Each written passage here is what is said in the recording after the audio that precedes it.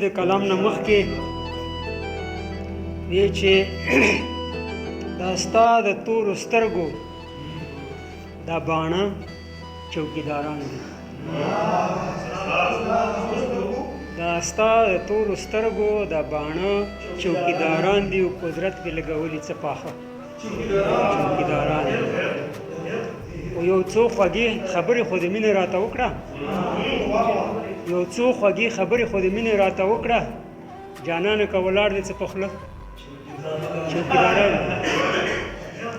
یو څو خوږې خبرې خو د مینې راته وکړه، جانانه که ولاړ دی څه په خوله چوکیداران دي.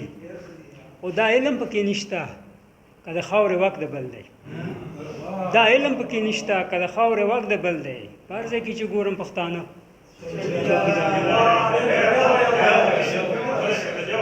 دا علم پکې نشته که د خاورې واک د بل دی.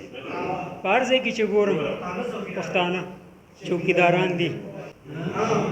کور ته د بهر نه چې راځي سړی حق دی چې بچوله سره وړي سړی، کور ته د بهر نه چې راځي سړی حق دی چې بچوله څه راوړي سړی. او ستا په تورو سترګو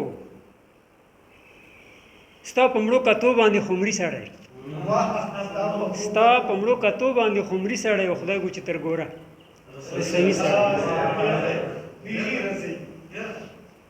او خدای چې ترې ناراضه وي نو بیا پې څه، خدای چې ترې ناراضه وي نو بیا پې څه سل وارې سجدې لګوي سړی.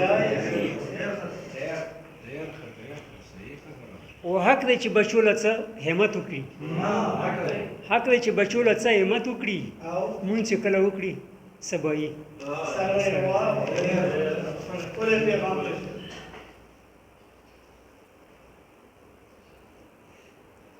او ډېر بې انتها غمونه مه کوه، ډېر بې انتها غمونه مه کوه، او ډېر بې انتها غمونه خوري سړی.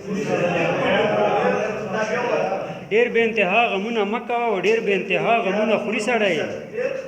او ستا ځان دې په ازغو سوری سوری ګڼي، ځان دې په ازغو سوری سوری ګڼي، ستا د حسن بخته چې ورځي سړی.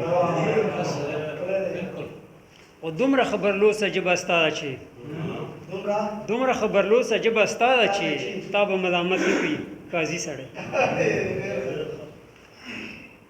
او نور به څه صفت ستا ځوانۍ کوم، نور به څه صفت ستا ځوانۍ کوم. حسن خو دې بېوره سیزي سړی.